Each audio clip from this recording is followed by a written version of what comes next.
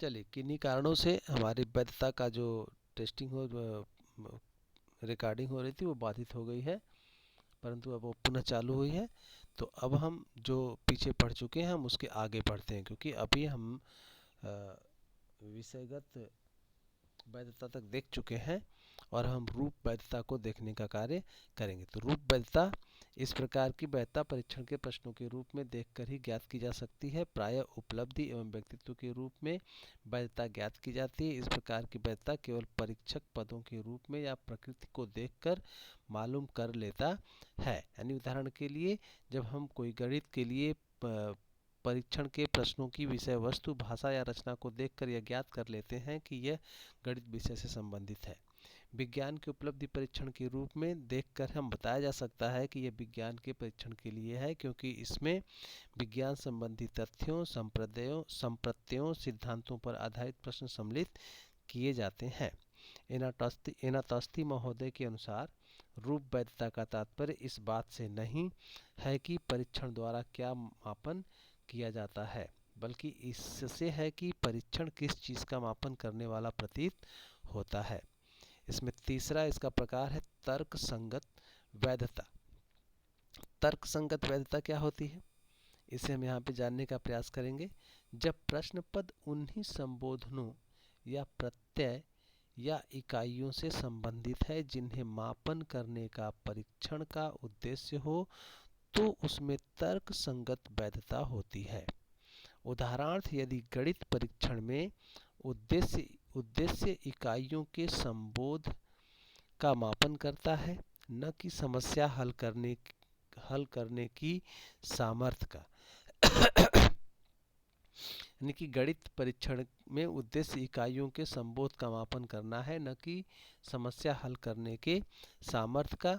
तो प्रश्न भी उसी प्रकार बनने चाहिए। जैसे यदि कमरे की लंबाई, चौड़ाई तथा ऊंचाई क्रमशः 14 फीट, 10 फीट और 12 फीट हो, तो उसका आयतन घन फीट होगा। इस प्रकार से विद्यार्थी की समस्या को हल करने की योग्यता का पता चलता है, क्योंकि इसमें घन फीट तो दी हुई है, पर यदि इकाई का मापन करना है तो निम्न प्रकार से प्रश्न रचना होनी चाहिए। यदि किसी कमरे की लंबाई, चौड़ाई तथा ऊंचाई क्रमशः 14 फीट, 10 फीट और 12 फीट है, तो उसका आयतन 1680 होगा। चौथा इसका प्रकार है कारक वैधता। तो कारक वैधता को हम समझने का प्रयास करेंगे।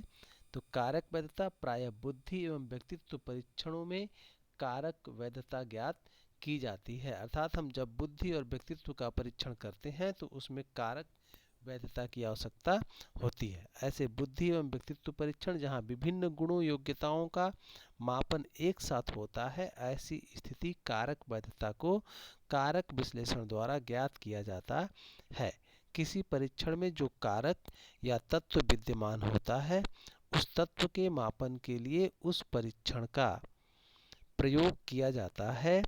दिए गए परीक्षण की वैधता कारक भार से परिभाषित की जाती है। यह कारक भार संपूर्ण परीक्षण का प्रत्येक कारकों के साथ सहसंबंध की गणना करके मालूम किया जाता है। उदाहरणार्थ, शब्द भंडार परीक्षण मौखिक कारक से 80 सहसंबंधित है, अतः 80 क्या गलत हो गया, मौखिक कारक से 0.8 शून्य सहसंबंध है तथा 0.08 परीक्षण की कारक वैधता कही जाएगी। नेक्स्ट प्रकार है इसका पांचवा प्रकार पूर्व कथन वैधता। पूर्व कथन वैधता को हम यहाँ पे समझेंगे। किसी परीक्षण में पूर्व कथन वैधता तब होती है जब इसके फलांकन किसी भावी योग्यता या सामर्थ्य के बारे में पूर्व कथन करते हैं। कहने का तात्पर्य है कि जब हमारा कोई परीक्षण ऐसा हो जिसमें हमें पूर्व कथन करने की आवश्यकता पड़ती है, तो ऐसे परीक्षण को हम पूर्व कथन वैधता कहते हैं। तो पूर्व कथनात्मक वैधता ज्ञात करने के लिए सर्वप्रथम परीक्षण का प्रशासन करके फलांकन, प्राप्त करना होता है। यानी हम सबसे पहले फलांकन प्राप्त करेंगे और कुछ समय पश्चात किसी कसौटी के आधार पर हम उसी पूर्व परिचित समूह का मूल्यांकन करते हैं और फलांकन लिख लेते हैं। इन दोनों फलांकनों की श्रेणियों में सहसंबंध ज्ञात कर लिया जाता है। जैसे प्री मेडिकल परीक्षा में प्राप्त फलांकों का प्रवेश के बाद कक्षा में प्राप्त फलांकों से सहसंबंध एवं विक्रेता या लिपिक अभियोग्यता परीक्षणों के फलांकों का भविष्य में विक्रय की मात्रा या लिपिक योग्यता से सहसंबंध होता है। पूर्व कथनात्मक वैधता अभियोग्यता परीक्षणों एवं व्यावसायिक चुनाव संबंधी परीक्षणों में आवश्यक होता है। यानी कि जब भी हमें अभियोग्यता परीक्षण या व्यावसायिक चुनाव परीक्षण तैयार करना होता है तो वहाँ पे हमें पूर्व कथनात्मक वैधता की जरूरत पड़ती है। अब नेक्स्ट है इसका छठा, समवर्ती वैधता। समवर्ती वैधता ज्ञात करने के लिए सर्वप्रथम परीक्षण प्रशासित करके फलांकन प्राप्त कर लेते हैं। तत्पश्चात किसी अन्य विधि या परीक्षण से योग्यता की जांच करके फलांकन प्राप्त करते हैं और फिर इन दोनों में सहसंबंध ज्ञात करते हैं। यानी कि यहाँ पर हम जो है समवर्ती वैधता में परीक्षण जब प्रशासित करते हैं, सर्वप्रथम हम उसको नोट करते हैं, उसके पश्चात किसी दूसरी विधि या परीक्षण की योग्यता की जांच करके हम उसे भी प्राप्त कर लेते हैं और फिर दोनों अलग अलग विधियों से लिए गए फलांकों का हम सहसंबंध ज्ञात करते हैं। इस तरह से जब हम परीक्षण करते हैं तो इसे हम समवर्ती वैधता कहते हैं। उदाहरण के लिए किसी सामूहिक मानसिक परीक्षण की तुलना व्यक्तिगत मानसिक परीक्षण से की जा सकती है। नए परीक्षणों की समवर्ती वैधता पूर्व स्थापित ख्याति प्राप्त परीक्षण से सहसंबंध निकालकर की जा सकती है। इसलिए अनेक बुद्धि परीक्षण को स्टैनफोर्ड बीने या वेसलर बुद्धि परीक्षण से सहसंबंधित किया गया है। जब पूर्व स्थापित परीक्षण से सहसंबंध निकाला जाए तो यह देख लेना चाहिए कि उसमें स्वयं उच्च वैधता हो। नेक्स्ट है अन्वय वैधता। अन्वय वैधता किसी परीक्षण की वह सीमा है जिस सीमा तक वह किसी सैद्धांतिक अन्वय या शील गुण का मापन करता है। इस प्रकार के अन्वय के उदाहरण बुद्धि, शाब्दिक प्रवाह, चलने की गति तथा दुश्चिंता आदि से है। अन्वय वैधता आश्रित विश्वस्त क्षेत्र पर केंद्रित होने के कारण इसके लिए अनेक स्रोतों से सूचनाएं एकत्र करनी पड़ती है। किसी भी शील गुण की प्रकृति से संबंधित तथा उसके विकास को प्रभावित करने वाली परिस्थितियों से संबंधित प्रदत्त इस प्रकार की वैधता ज्ञात करने के लिए आवश्यक होती है। जब एक परीक्षण निर्माता यह ज्ञात करना चाहता है कि किसी फलांकन का मनोवैज्ञानिक अर्थ क्या है या किस कारण एक व्यक्ति कोई विशिष्ट फलांकन प्राप्त करता है, तो उसका अर्थ ये जानना होता है कि परीक्षण में योग्यता की व्याख्या किन संबोधों के आधार पर की जाती है। इस प्रकार के सैद्धांतिक संबोधों को अन्वय कहते हैं और इस प्रकार की व्याख्या के वैधकरण को अन्वय वैधकरण कहते हैं। अन्वय वैधता ज्ञात करने के लिए परीक्षण पर प्राप्त अंकों तथा अन्य गुणों के प्राप्तांकों के बीच संबंध स्थापित किया जा सकता है। कारक विश्लेषण नामक सांख्यिकी विधि के द्वारा भी अन्वय वैधता स्थापित की जाती है। तो ये इसके कुल 7 प्रकार हुए, यानी कि वैधता 7 प्रकार की होती है या इसे 7 प्रकारों में विभाजित किया जा सकता है। अब हम आगे देखेंगे परीक्षण वैधता स्थापित करने की विधियां। जब हम परीक्षण वैधता स्थापित करने की विधियों की बात करते हैं तो इसे मुख्य रूप से 2 भागों में बांटा गया है। पहला है तार्किक विधियां, या हम इसको आंतरिक कसौटी भी कहते हैं, या यह आंतरिक कसौटी पर आधारित विधि होती है, इसलिए हम इसको आंतरिक कसौटी या फिर तार्किक विधि के नाम से जानते हैं। दूसरा होता है सांख्यिकी विधि, यह बाह्य कसौटी पर आधारित विधि होती है, यानी कि आंतरिक कसौटी पर विधि को हम तार्किक विधि कहते हैं और बाह्य कसौटी पर आधारित विधि को हम सांख्यिकी विधि कहते हैं। तो तार्किक विधि या आंतरिक कसौटी पर आधारित वैधता, इसके अंतर्गत प्रायः यह देखा जाता है कि संपूर्ण परीक्षण के पदों तथा उसके उपवर्गों के पदों में परस्पर कितना सहसंबंध है। तार्किक विधियों के अंतर्गत स्कोर के, थोड़ी सी लिखने में टाइपिंग में गलती हो गई है, यहाँ पे स्कोर होगा। विधियों के अंतर्गत स्कोर के आधार पर परीक्षण की वैधता स्पष्ट किया जाता है। परीक्षण के निर्माण, परीक्षण के प्रयोग तथा परीक्षण के रूप से संबंधित अनेक कारकों की व्याख्या करके परीक्षण की वैधता के संबंध में निर्णय लिया जाता है। इसके अंतर्गत रूप वैधता, विषय वस्तु वैधता, तार्किक वैधता या कारक वैधता आते हैं। दूसरा है सांख्यिकी विधियां या बाह्य कसौटी पर आधारित विधियां। किसी परीक्षण की वैधता ज्ञात करने के लिए सहसंबंध गुणांक, टी परीक्षण, कारक विश्लेषण, द्विपातिक सहसंबंध, चतुष्कोणिक सहसंबंध, बहु सहसंबंध जैसी सांख्यिकी विधियों का भी प्रयोग किया जाता है। इसके अंतर्गत पूर्व कथन वैधता, समवर्ती वैधता, कारक वैधता समवर्ती वैधता तथा कारक वैधता सांख्यिकी आधार पर ही स्थापित की जाती हैं। इन विधियों में किसी बाह्य कसौटी के आधार पर वैधता गुणांक ज्ञात किया जाता है, इसलिए इस प्रकार की वैधता को बाह्य कसौटी आधारित वैधता भी कहा जाता है। परीक्षण वैधता को प्रभावित करने वाले कुछ कारक होते हैं, इन कारकों का वर्णन हम यहाँ कर देते हैं। अभी 3-4 स्लाइड और बची है, अभी थोड़ी देर में ख़त्म हो जाएगी ये स्लाइडें। तो यहाँ पे जो प्रभावित करने वाले कारक हैं, तो प्रभावित करने वाले कारकों की जब हम बात करते हैं तो इसमें पहला है अस्पष्ट निर्देश, यानी परीक्षण के संबंध में यदि परीक्षार्थी को स्पष्ट निर्देश नहीं दिए जाते हैं तो परीक्षण की वैधता कम हो जाती है। यानी कि जब हम किसी भी कार्य को करने के लिए परीक्षार्थियों को स्पष्ट निर्देश नहीं देते हैं तो यहाँ पे वैधता के कम होने की संभावना होती है, या हम कह सकते हैं कि वैधता प्रायः घट जाती है। जैसे प्रश्नों के उत्तर किस तरह से देने हैं या समय सीमा क्या है जैसी अन्य बातों को परीक्षार्थियों को ठीक ढंग से न मालूम होने के कारण परीक्षण की वैधता कम हो जाती है।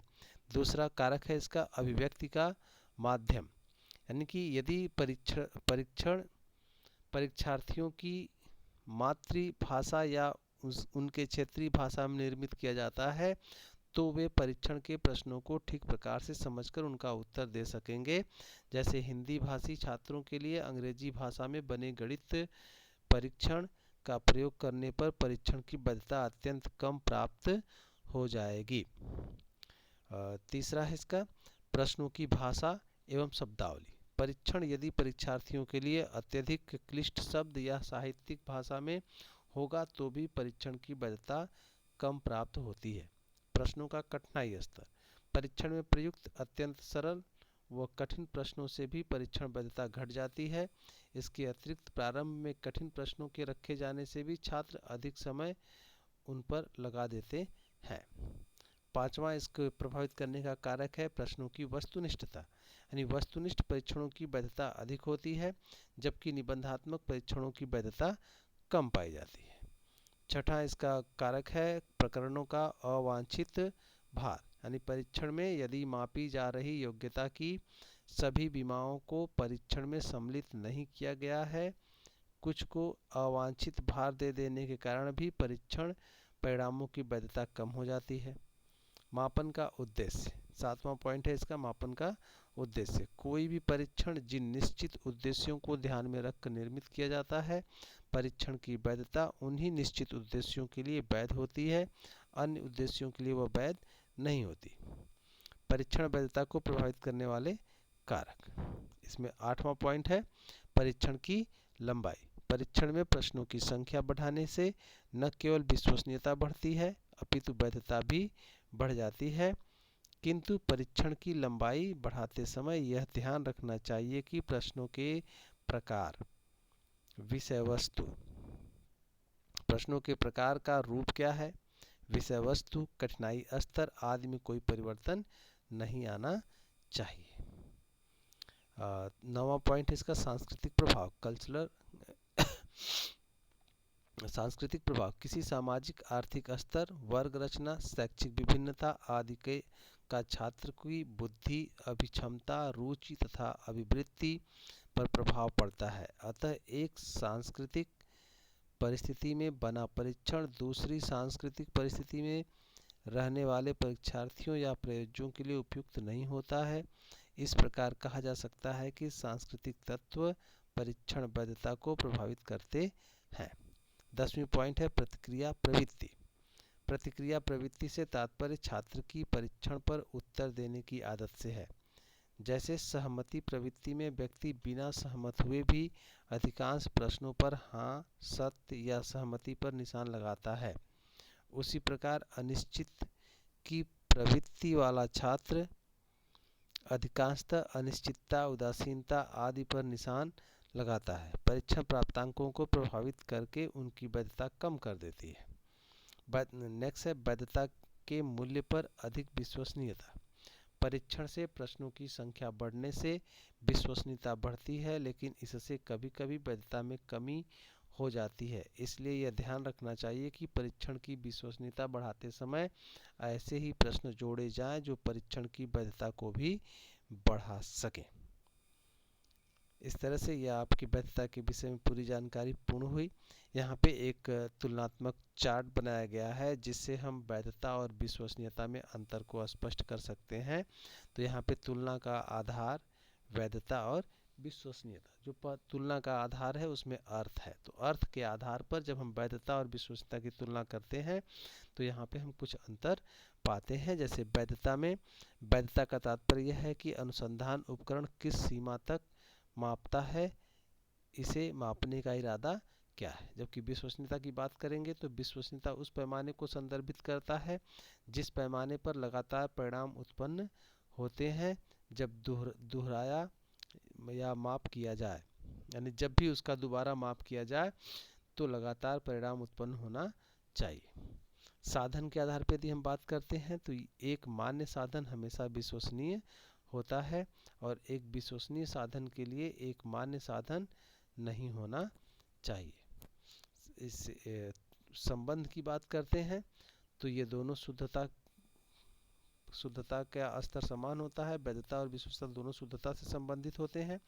मूल्य की बात करते हैं तो वैधता अधिक मूल्य को प्रदर्शित करता है जबकि विश्वसनीयता अपेक्षाकृत कम मूल्य को प्रदर्शित करता है। इसके मूल्यांकन की बात करें तो यहाँ पे वैधता थोड़ा कठिन होता है और विश्वसनीयता का मूल्यांकन काफ़ी आसान हो जाता है। तो इस तरह से हमने यहाँ पे इन सब को देखा। यहाँ पे आपको थोड़ा बताते चलें कि यह वीडियो 2 भाग में हो गया। इसको एक ही भाग में बनाना था लेकिन कुछ टेक्निकल कमियों के कारण पहले भाग में हम सिर्फ आपके वैधता का अर्थ, उसकी परिभाषा और विविध विद्वानों द्वारा उसके बताए गए प्रकारों को ही हम देख पाए हैं। और इसके इसके प्रथम भाग में हम वैधता का अर्थ, वैधता की परिभाषा और इसके बाद जो है विभिन्न विद्वानों द्वारा इसकी जो प्रकार बताए गए हैं उसको हम प्रथम भाग में देख पाएंगे। जबकि द्वितीय भाग में हम इसके विषय वस्तु वैधता के बाद से दूसरे नंबर से प्रकारों की व्याख्या और इसकी जो प्रभावित करने वाले कारक हैं उनको हम देखेंगे, इसके विधि को देखेंगे और तुलना चार्ट का अध्ययन यहाँ पे किया गया है। इसमें से निश्चित रूप से प्रश्न आएगा, हमें जहाँ तक उम्मीद है यह आपके लिए काफ़ी इम्पॉर्टेंट होने वाला है क्योंकि इससे संबंधित निश्चित रूप से आपके परीक्षा में प्रश्न आएगा। वो छोटा या बड़ा दोनों तरह का प्रश्न आपको हो सकता है। दीर्घ उत्तरी और लघु उत्तरी में से कोई न कोई प्रश्न निश्चित रूप से आएगा क्योंकि हमेशा विश्वसनीयता, वैधता, वस्तुनिष्ठता और नॉर्म्स यानी कि मानक में से एक प्रश्न निश्चित रूप से आता है। अब हम यहाँ पे अपने वीडियो को बंद करते हैं। जय हिंद, जय भारत।